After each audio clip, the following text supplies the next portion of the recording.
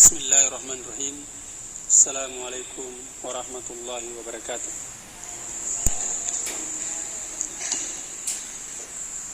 Innal hamdalillah nahmaduhu wa nasta'inuhu wa nastaghfiruh wa na'udzu billahi min shururi anfusina wa min sayyiati a'malina. Man yahdihillahu fala mudilla lahu ومن يضلل فلا هادي له وأشهد أن لا إله إلا الله وحده لا شريك له إقرارا به وتوحيدا وأشهد أن محمدا عبده ورسوله صلى الله عليه وعلى آله وسلم تسليما مزيدا. أما بعد، فقال الله تعالى في القرآن الكريم وهو أصدق القائلين: يا أيها الذين آمنوا اتقوا الله حق تقاته ولا تموتن إلا وأنتم مسلمون. وقال أيضا: يا أيها الناس اتقوا ربكم الذي خلقكم من نفس واحدة وخلق منها زوجها وبث منهما رجالا كثيرا ونساء واتقوا الله الذي تساءلون به والأرحام إن الله كان عليكم رقيبا.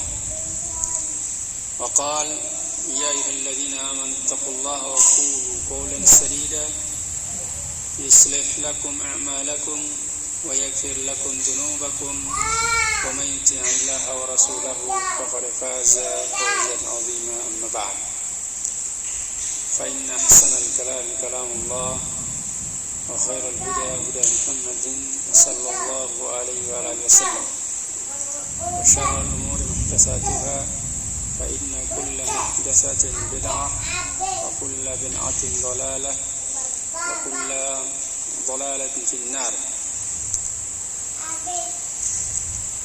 Ikhwani fillah wa abnai rahimani wa rahimakumullah. Alhamdulillah, di malam hari ini kembali Allah Subhanahu wa taala mempertemukan kita di tempat yang penuh berkah, yaitu di salah satu dari rumah Allah Subhanahu wa taala, di Masjid Abu Dzar Al-Ghifari, Pondok Pesantren Minhajus Sunnah, Kendari, Sulawesi Tenggara. Dalam rangkaian kajian rutin yang kita adakan setiap malam Selasa antara Maghrib dan Isya, yang membahas kitab Al-Jadid fi Syarhi Kitab Tauhid yang ditulis oleh Syekh Muhammad bin Abdul Aziz Al-Qurawi rahimahullah ta'ala, yang merupakan penjelasan dari Kitab Tauhid yang ditulis oleh Syekh Muhammad bin Abdul Wahhab bin Sulaiman At-Tamimi rahimahullah ta'ala. Nah, kita melanjutkan kajian kita.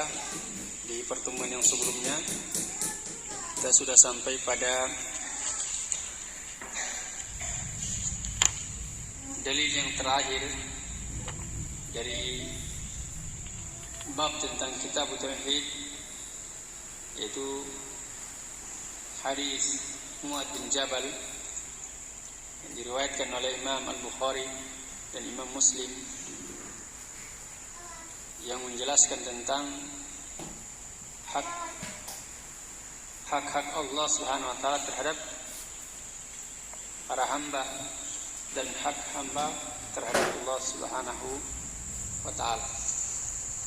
Telah kita bacakan penjelasan dari Syekh Muhammad bin Abdul Aziz Al-Qurawi rahimahullah ta'ala, yaitu sudah sampai pada penyebutan tentang Al-Fawaid, faidah-faidah yang bisa diambil dari hadis ini.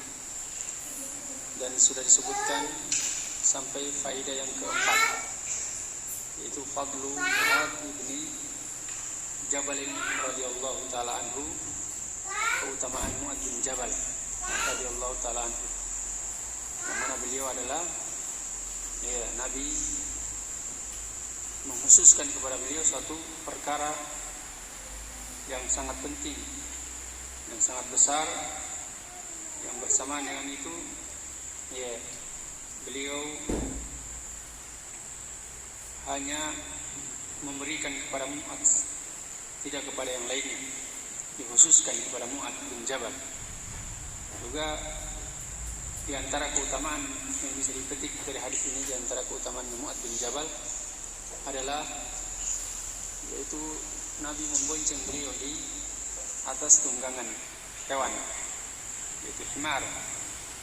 Dan ini adalah keutamaan, karena yang membonceng beliau adalah bukan sembarang manusia, tapi merupakan manusia yang terbaik dari seluruh manusia yang Allah Subhanahu wa taala ciptakan. Ini menunjukkan keutamaan yang sangat besar yang Allah Subhanahu wa taala berikan kepada sahabiyun jalil Mu'ad bin Jabal radhiyallahu taala anhu. Sehingga dengan itu diambil faidah oleh Syekh Muhammad bin Abdul Aziz Al-Qura'i rahimahullah taala. Di faidah yang keempat beliau sebutkan adalah fadlu Mu'ad bin Jabal radhiyallahu taala anhu, itu keutamaan Mu'ad bin Jabal radhiyallahu taala anhu. Nah, kita melanjutkan di faedah yang kelima. Kata beliau, al-uslubu al-istijwabi fi at-ta'limi min asalibil Islam. Uslub itu metode, metode tanya jawab dalam pengajaran, dalam memberikan materi pelajaran, itu min asalibil Islam, termasuk dari uslub-uslubnya Islam, itu metode-metode daripada Islam. Asalib itu bentuk jama dari kata al-uslub. Al-uslub satu, metode. Al-asalib atau asalib adalah metode.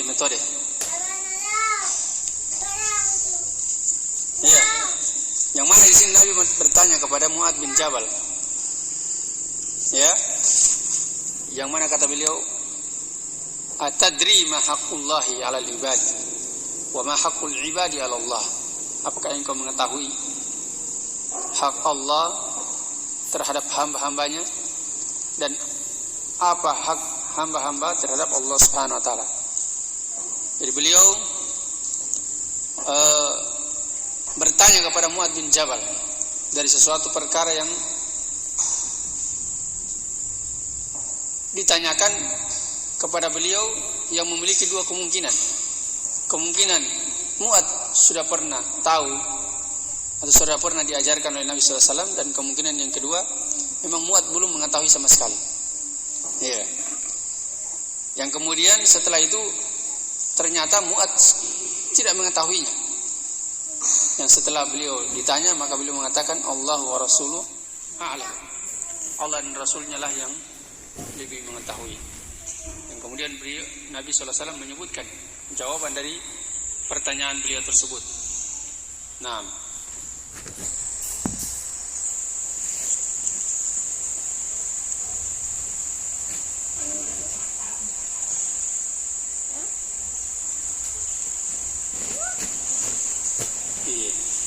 kecil suaranya sampai detail, tapi sebelum suara kasih besar mungkin pengaruhnya ya Pak.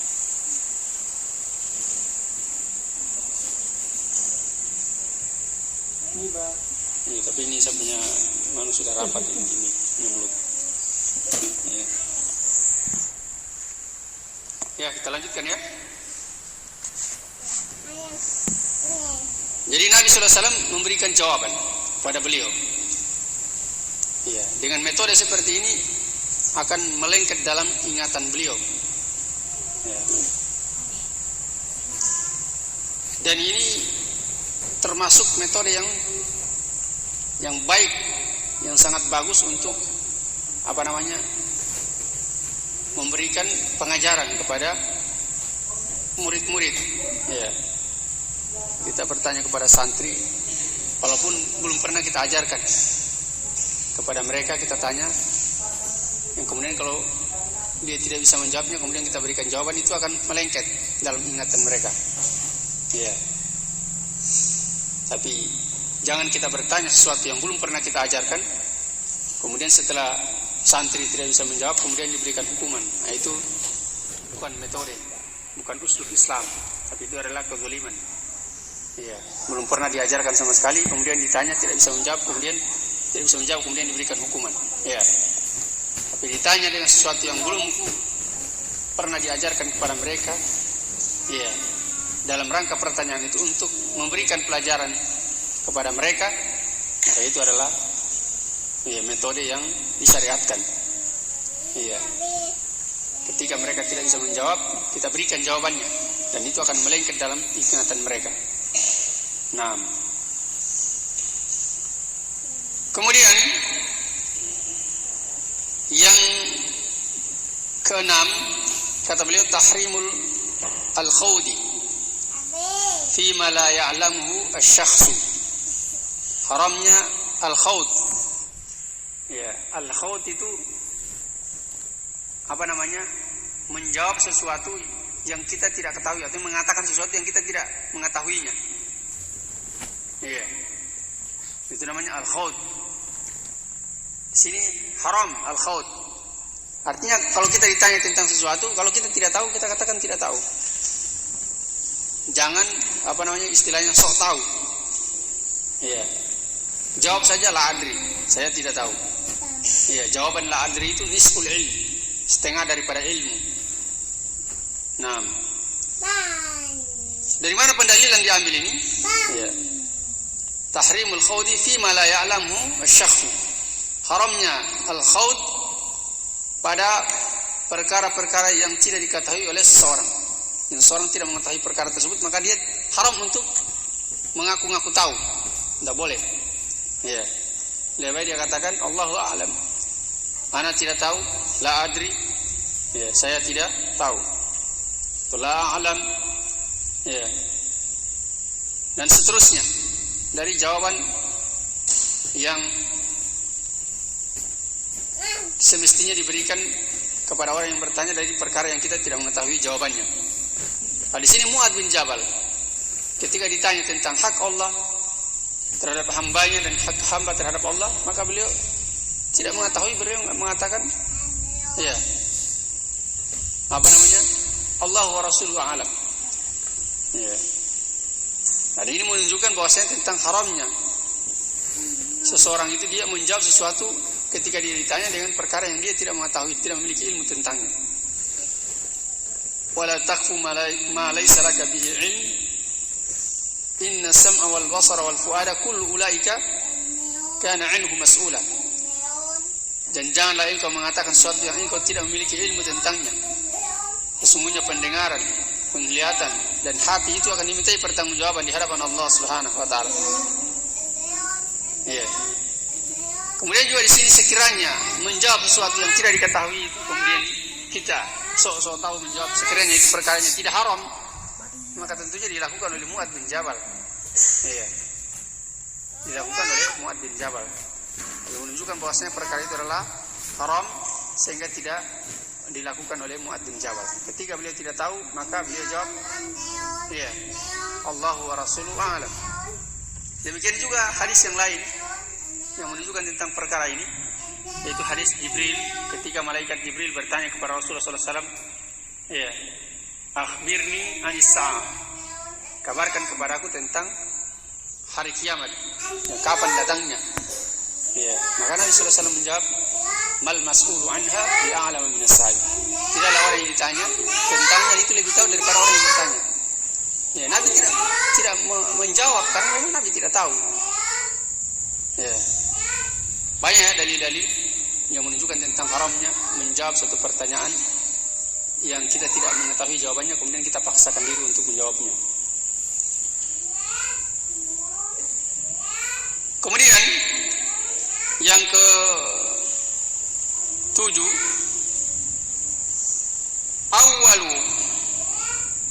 awwalu haqqin lillahi 'alal mukallafina ifraduhu bil ibadah. Ya.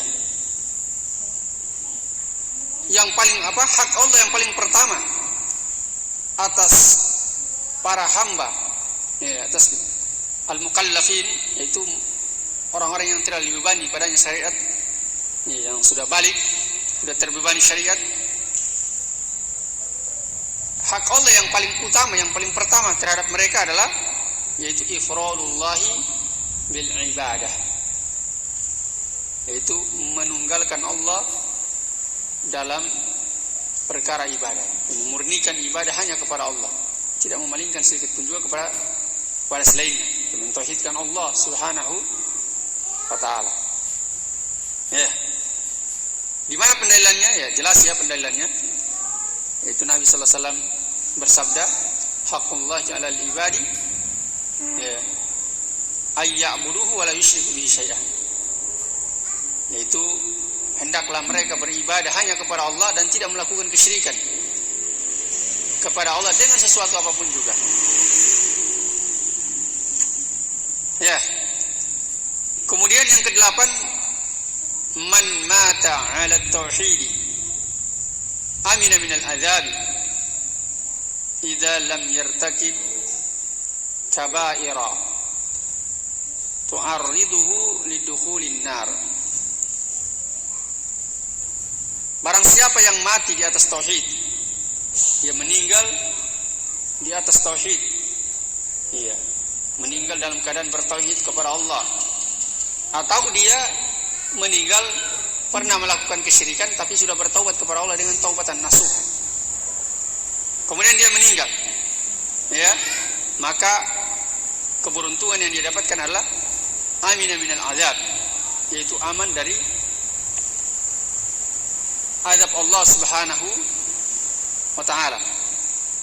Tapi dengan syarat idza lam yartakib kaba'irah, ya, jika dia tidak membawa dosa-dosa besar, mati tidak membawa dosa-dosa besar, ya, tu'arriduhu lidukhulin nar, yang menyebabkan dia masuk ke dalam neraka, ya. Seseorang itu yang dia mati dalam keadaan bertauhid kepada Allah Subhanahu wa taala, jaminan yang sudah pasti bagi dirinya adalah yaitu tidak kekal di dalam api neraka, alias pasti dia masuk surga. Ya. Jadi orang yang mati dalam keadaan bertauhid, tidak melakukan kesyirikan atau pernah melakukan kesyirikan, kemudian sudah bertaubat dengan taubatan nasuha, kemudian dia meninggal, maka dia dijamin tidak akan kekal dalam api neraka. Ya. Adapun disentuh oleh api neraka, ada dua kemungkinan, tergantung kehendak Allah Subhanahu wa taala. Ya, kalau Allah berkehendak untuk mengampuni dosa-dosanya yang selain syirik, maka berarti Allah akan azab dia. Tapi tidak selama-lamanya diazab. Nanti kalau sudah habis dosa-dosanya, kemudian dia dimasukkan ke dalam surga. Di situ tempat tinggalnya selama-lamanya. Iya. Kemudian kemungkinan yang kedua adalah kalau dia mati dalam keadaan tidak membawa dosa-dosa besar. Dia mati dalam keadaan bertauhid kepada Allah Subhanahu wa taala, tidak membawa dosa-dosa besar, pernah melakukan dosa besar, tapi dia sudah bertobat kepada Allah dengan taubatan nasuha, kemudian dia meninggal di atas tauhid, maka dia tidak akan disentuh oleh api neraka. Iya. Jadi ini faedah yang beliau sebutkan di sini, yaitu amina minal azab, maksudnya aman dari azab yang kekal.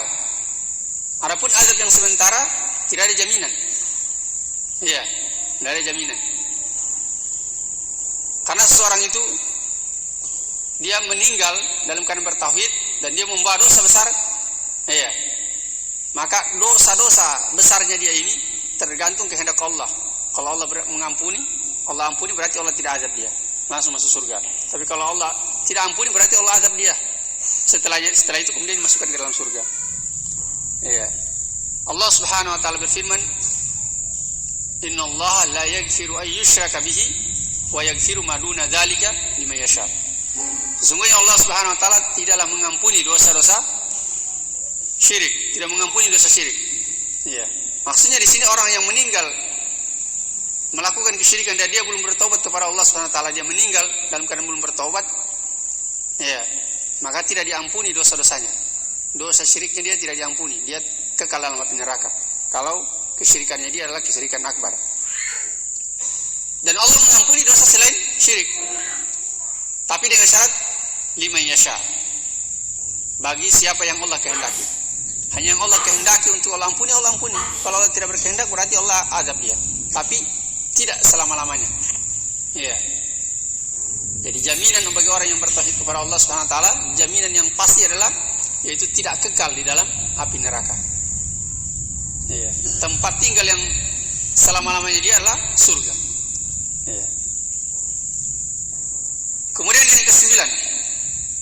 Faedah yang ke-9 adalah al-jam'u baina hadzal hadithi wa baina hadithi man su'ila an ilmin fakatamahu uljima bi iljamin yaumal qiyamati minan nar. Ya. Mengkompromikan atau menggabungkan, ya, antara hadis ini, yaitu hadis muat, ya, hadis muat ini, karena hadis muat ini ketika dikabarkan kepada beliau tentang perkara ini, beliau bertanya kepada Nabi sallallahu alaihi wasallam, afala ubashirun nas, apakah bisa saya kabarkan kepada manusia, saya berikan kabar gembira kepada manusia? Artinya beliau ingin segera sampaikan ilmu ini, perkara yang sangat penting kepada umat manusia. Tapi Nabi katakan, la tubashirhum, jangan engkau kabarkan, berikan kabar gembira ini kepada mereka. Iya, fayattakilu, karena mereka hanya akan bersandar dengan perkara ini saja, sehingga mereka tidak berlomba-lomba untuk melakukan amalan-amalan soleh yang bisa mengangkat derajat mereka dan bisa mengampuni dosa-dosa mereka. Ya. Nah, bagaimana mengkompromikan hadis ini dengan hadis yang berbunyi yaitu man su'ila an ilmin, barang siapa yang ditanya tentang suatu ilmu, fakatamahu, kemudian dia sembunyikan ilmu itu, dia tidak menjawab. Iya, dia tahu ilmunya tapi dia tidak mau jawab orang bertanya. Iya, maka uljima bi iljamin yaumal qiyamati minan nar. Minan nar. Maka dia akan dikekang dengan kekang dari api neraka di hari kiamat nanti. Ini ancaman bagi orang yang ditanya tentang suatu ilmu kemudian dia tidak menjawabnya. Iya. Dia tidak menjawabnya, tapi dia sembunyikan. Nah, ini kan kelihatan secara secara zahir. Ya, kalau secara bahasa kita di bahasa di kalangan orang masyarakat umum, secara kasat mata. Ya. Kalau istilah-istilah kita yang orang sudah talim, secara zahir, ya. Secara zahir, secara kasat mata, hadis ini kelihatan kontradiksi, bertentangan antara satu yang lain. Hadis yang ini mengharamkan menyembunyikan ilmu. Hadis yang ini melarang untuk menyampaikan ilmu. Ya. Maka cara mengkompromikannya, kata beliau di sini adalah anna hadis al-iljam yufidu tahrim al-katmi umuman fi jami'il masail. Hadis tentang iljam, yaitu orang yang menyembunyikan ilmu, yaitu dikekang dengan kekang api neraka pada hari kiamat nanti, itu adalah memberikan faedah pengharaman menyembunyikan ilmu secara umum dalam seluruh permasalahan. Iya. Dalam seluruh permasalahan. Banyak ilmunya dia. Sudah mondok dari Yaman 10 tahun, pulang di Indonesia tidak mau berdakwah, tidak mau mengajarkan orang ilmu. Dia pilih beternak sapi misalkan. Banyak orang datang mau belajar nahu, belajar semua, dia tidak mau ajar orang. Mau minta mau ajar panggil isi talim, tidak mau juga. Iya, tidak berdakwah. Nah, ini kena dia di hadis ini. Ya. Apalagi dia adalah banyak hafalannya misalkan. dari mondok di luar negeri, dari Yaman atau dari Madinah dan seterusnya. Nah, ini dia hadis ini. Tapi kata beliau, amma hadithuna, amma hadithuna hada, adapun hadis kita ini, yaitu hadis yang kita bahas ini, itu fayufidu jawaz katmil ilmi, yaitu memberikan faedah tentang bolehnya menyembunyikan ilmu idza tarattaba ala idharihi mafsadatun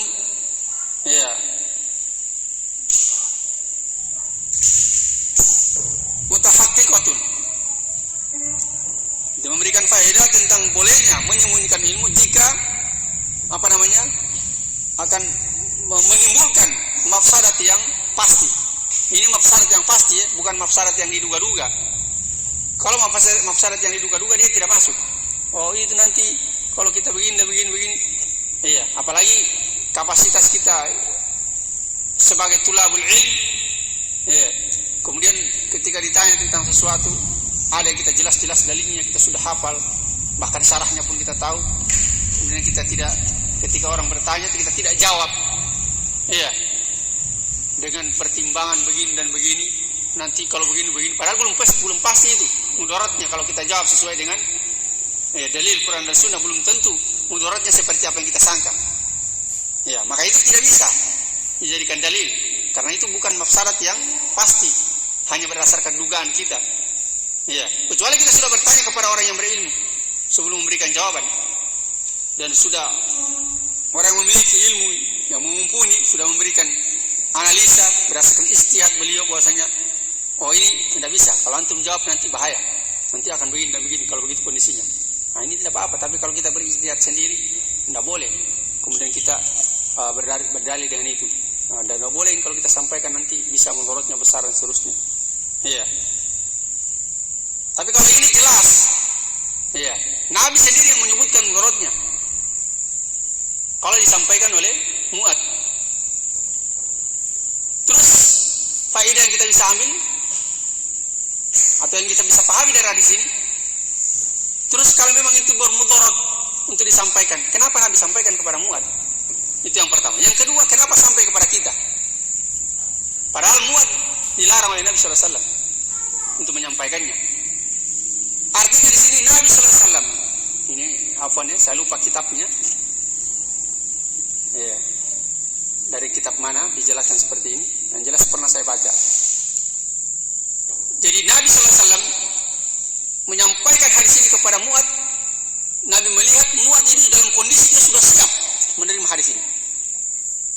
Karena ada tidaknya hadis ini disampaikan kepada Mu'ad, Mu'ad tetap semangat dalam beramal soleh. Dan Nabi tahu ketika disampaikan hadis ini kepada Mu'ad, Mu'ad tidak akan bersandar kepada hadis ini saja, sehingga dia bermalas-malas untuk melakukan amalan soleh, berhenti untuk berlomba-lomba melakukan amalan soleh. Tidak. Nabi tahu, Nabi kenal betul sahabat beliau. Kemudian Nabi melarang kepada beliau untuk menyampaikannya karena Nabi mengetahui jangan sampai Mu'ad sampaikan kepada orang-orang yang baru masuk Islam. Kalau disampaikan kepada Abu Bakar As-Siddiq, tidak ada masalah. Kepada Umar bin Khattab yang pasti mereka tidak akan berkurang semangat mereka dalam berlomba-lomba untuk melakukan amalan soleh. Iya, seperti itu. Makanya Mu'ad radhiyallahu taala anhu menyampaikan hadis ini kepada tabi'in yang beliau pandang bahwasanya tabi'in tersebut tidak akan bersandar kepada hadis ini saja dalam beramal soleh. Pasti beliau akan berlomba-lomba untuk melakukan amalan soleh walaupun hadis ini disampaikan kepada beliau. Maka Mu'ad menyampaikan. Demikian juga tabi'in yang setelahnya sampai hadis ini berada di dalam kitab Sahih Al-Bukhari dan Sahih Muslim, yang kemudian sampai kepada kita ketika kita menuntut ilmu, hadis ini sampai kepada kita. Demikian. Itu yang pernah saya tahu keterangan dari tentang hadis ini. Kenapa hadis itu sampai kepada kita? Ya, padahal dilarang oleh Nabi SAW untuk disampaikan. Barakallahu fikum. Nah, kemudian setelah itu beliau menyebutkan munasabatul hadis lil bab, kesesuaian hadis ini dengan bab. Kata beliau, "Fa dallal haditsu ala anna haqqallahi 'ala al-ibadi ay ya'buduhu wa la yusyriku bihi syai'an."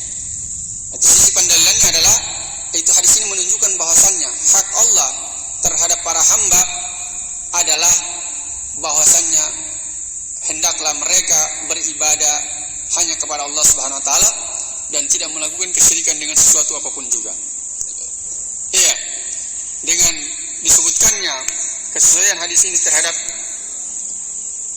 pembahasan, maka berakhir pula bab tentang kitab tauhid. Sekarang kita berpindah kepada yaitu babu fadli tauhidi wa ma yukaffiru minadz dzunub. Bab tentang keutamaan tauhid dan perkara-perkara yang menghapuskan dosa-dosa. Nah, habis waktu? Sudah habis sih? Sudah azan di luar. Sudah habis dia? Ya, karena waktu sudah habis, insyaallah nanti kita lanjutkan di pertemuan yang akan datang. Kita tutup dengan doa kepada majelis. Subhanakallah bihamdik, asyhadu an la ilaha illa anta, astaghfiruka wa atubu ilaik. Walhamdulillahirabbil alamin. Assalamualaikum warahmatullahi wabarakatuh.